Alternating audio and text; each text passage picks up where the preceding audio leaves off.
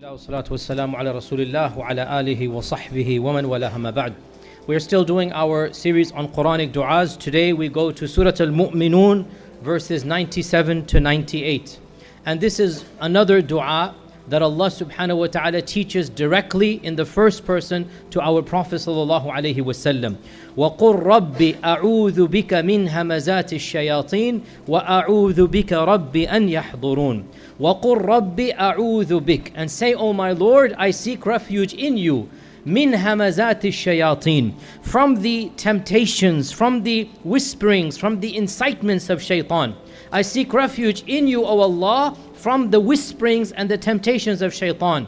Wa a'udhu bika rabbi an yahdurun, and I seek refuge in you, O Allah, that they come close to me, that they come around me.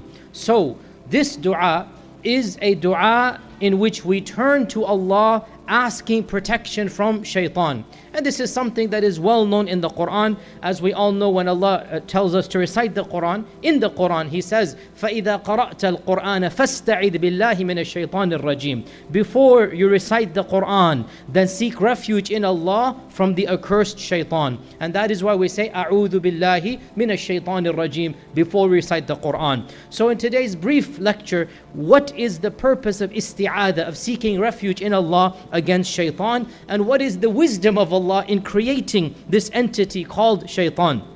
Believe it or not, Ibn al-Qayyim, the great scholar of Islam, he actually has a treatise in one of his books that goes more than 25 pages, and the chapter is entitled "The Wisdom in the Creation of Iblis." Why did Allah Azza wa Jal create Iblis? And of course that is a whole topic altogether. But of the things that he says is that first and foremost, Allah subhanahu wa ta'ala is manifesting the diversity of His qudra, His power, His creation. He created the angels in angelic form, the purest of the pure. He created the shayateen, He created ins. So Allah is manifesting His qudra by creating all of these different entities. As well, of the wisdom in the creation of Iblis, Ibn al-Qayyim argues, is that to have an actual enemy that is a real enemy. It is an enemy that is alive. It's not a force. It's not just a concept. It is an actual entity. To have a living enemy, it makes us more conscious. It makes us on the guard.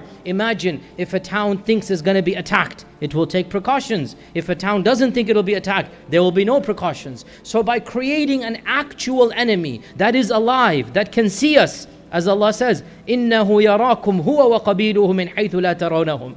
They see you from places you cannot see them. Shaitan sees you, you cannot see shaitan. The paradigm of shaitan is different than ours. So knowing that there's an actual entity out there that wants to harm us, it makes us on the guard. It makes us protective. We're always on the alert. And that is much better than simply saying, oh, there might be an attack from a force or whatnot. And of course, as well, of the wisdoms Ibn al-Qayyim mentions is that good is only appreciated when it's contrasted with evil.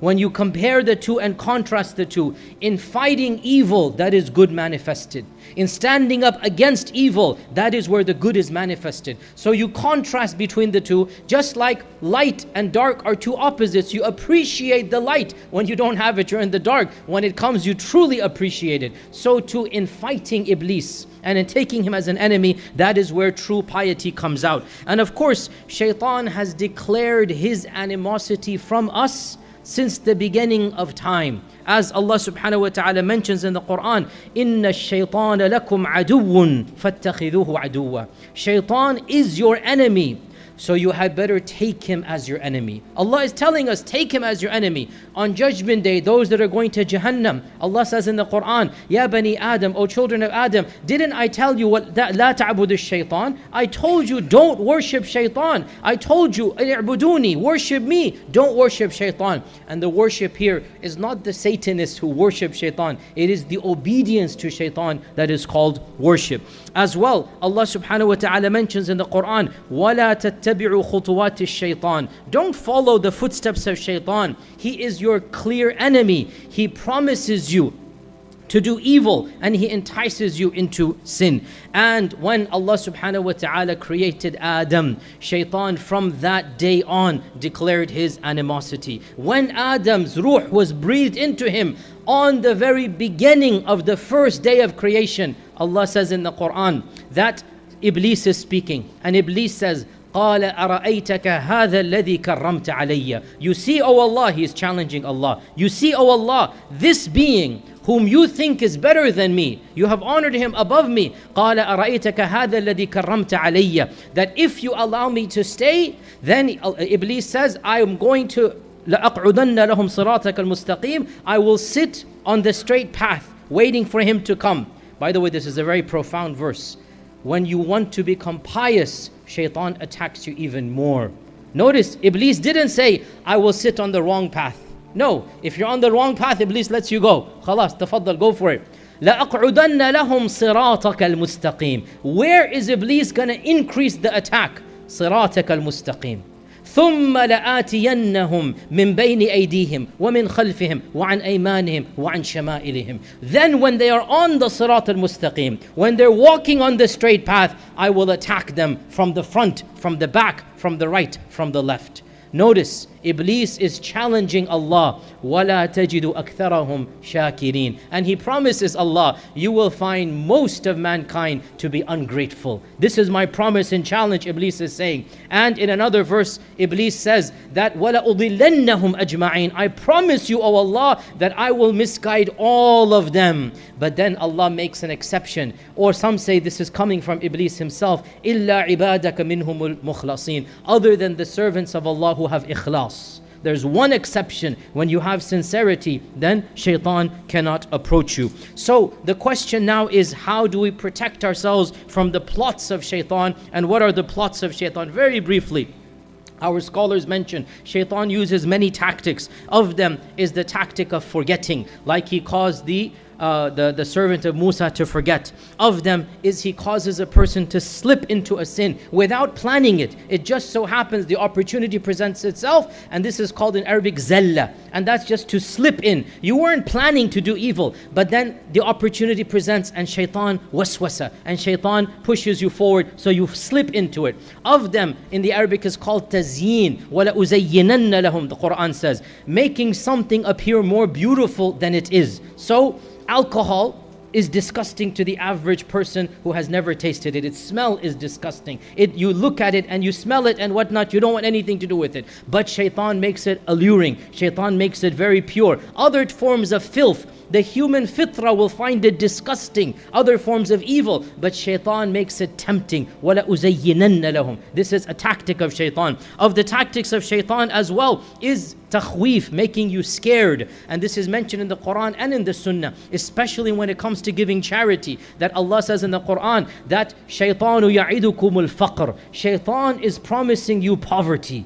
Shaytan is telling you if you give for Allah, you're going to be poor.